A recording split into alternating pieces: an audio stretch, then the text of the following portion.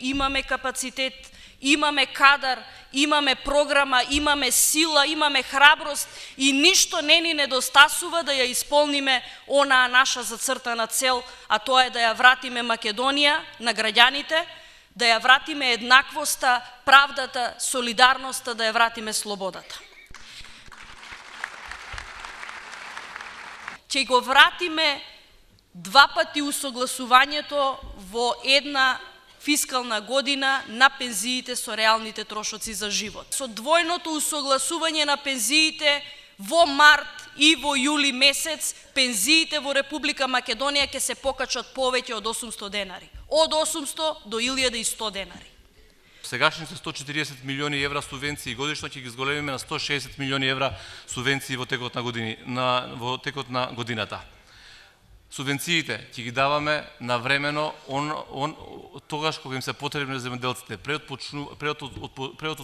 отпочнување на сите фази што им се во делот на производство на земјоделските производи. И тие субвенции нема да ги делиме пред избори, него ќе ги делиме во текот на целата година тогаш кога се потребни. Субвенциите од 60 денари по килограм тутун ќе останат и дополнително субвенција ќе се дава за прва класа на тутунот.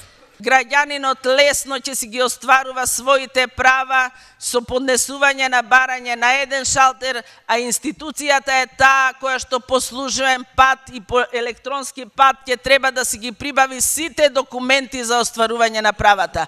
Ова е ефикасна, брза администрација и едношалтерски систем. Почна тој проект на враќање на слободата која што ни беше одземена, која што ни беше киднапирана. Стигна, дојде време за конечна борба, за конечно расчистување, не со нивната партија, туку со криминалот, со недомајчинлукот, со расипништвото, со уништувањето на се што се случува во Република Македонија.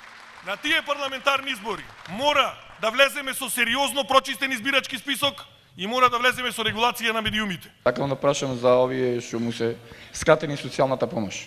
За некои си трансфери од 100 евра или таму не знам колку.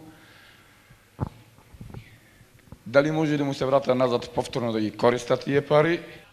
И сега кога ќе го слушате Груевски, кој ќе ви каже дека бројот на корисници на социјална помош од година на година се намалува затоа што на граѓаните им било подобро, нашле работа, јас најодговорно ви тврдам дека лаже.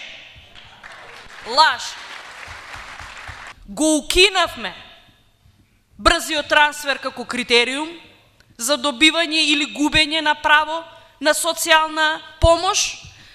Во процедура по жалба одлучивме позитивно за 1400 обжалени решенија, меѓутоа за 800 решенија бараме начин како и на тие граѓани да им овозможиме да ги вратиме во системот на социјална заштита, да си ги добијат парите кои што бесправно им биле укинати за цела 2015 година и да бидат социјално згрижени за да можат да живеат.